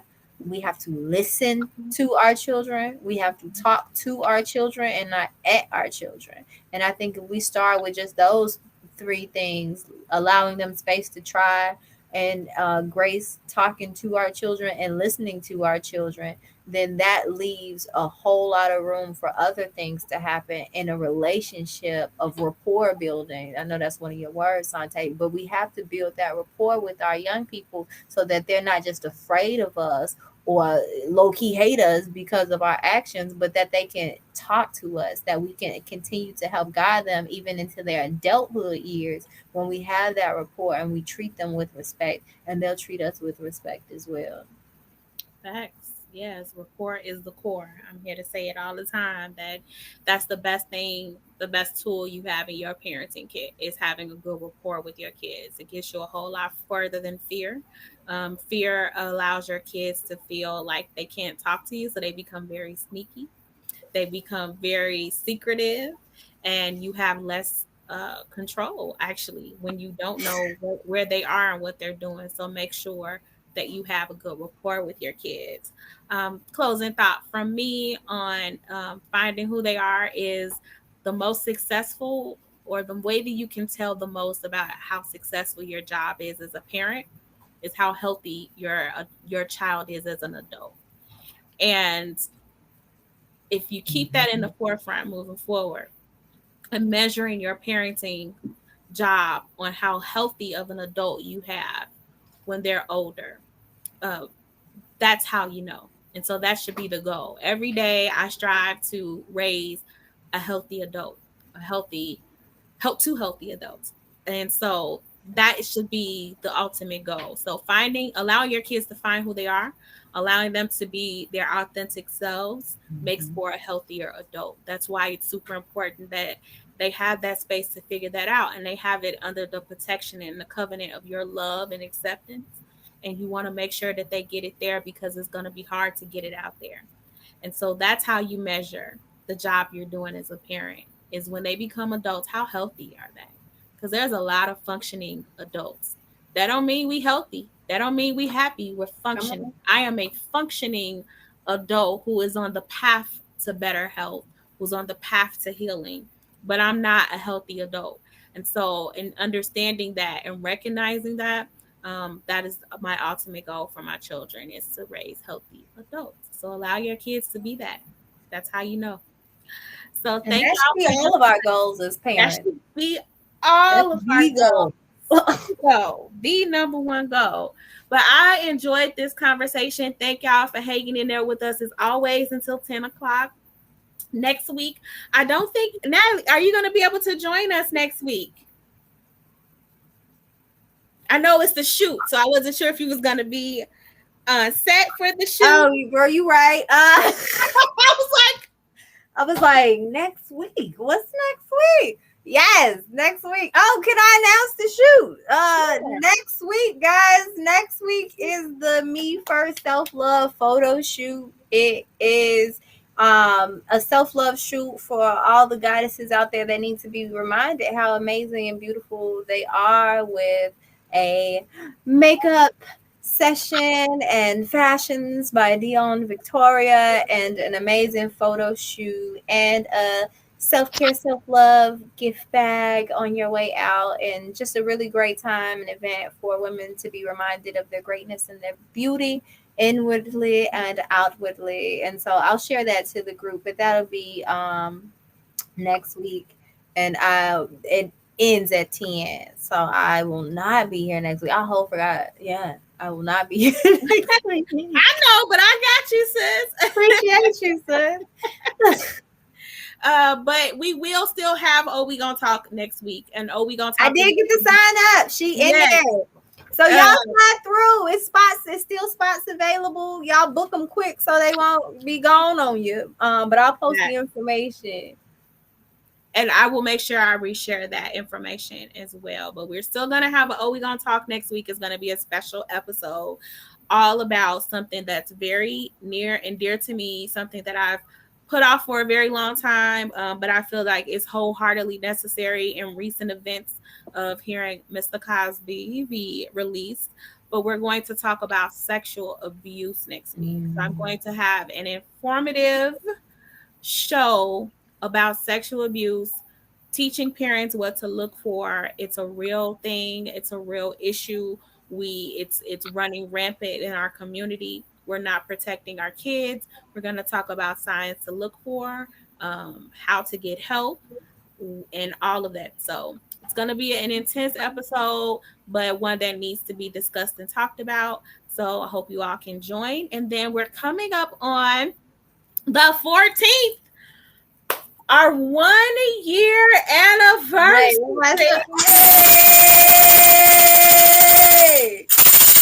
I'm excited. 1 year ago, July the 14th, we launched We Gonna Talk. So we will have a special episode on our regular Wednesday. Just so happens, because when we first launched We Gonna Talk, it was Tuesday nights, and then we migrated to Wednesday nights. So I'm excited. We're going to have a really, really good show, a celebration show. I'm hoping to have some of our guests on that particular show that join us on a regular, consistent basis, just to kind of talk about some of the topics that were most meaningful to them over this year. So So I'm super excited. It marks 1 year of trying to start this healing journey. We're still growing. I'm hoping that it'll get bigger. But join us on the 14th for that special 1 year episode. Yay! Yay!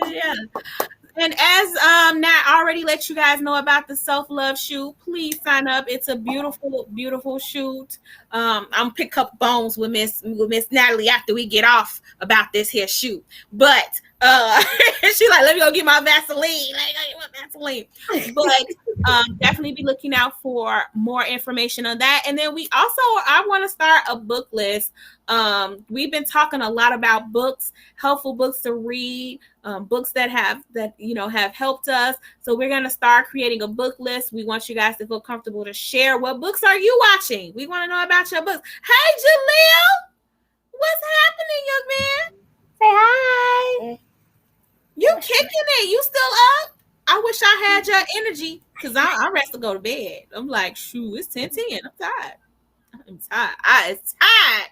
Thank y'all, and we will see y'all again soon. Good night, y'all. See ya.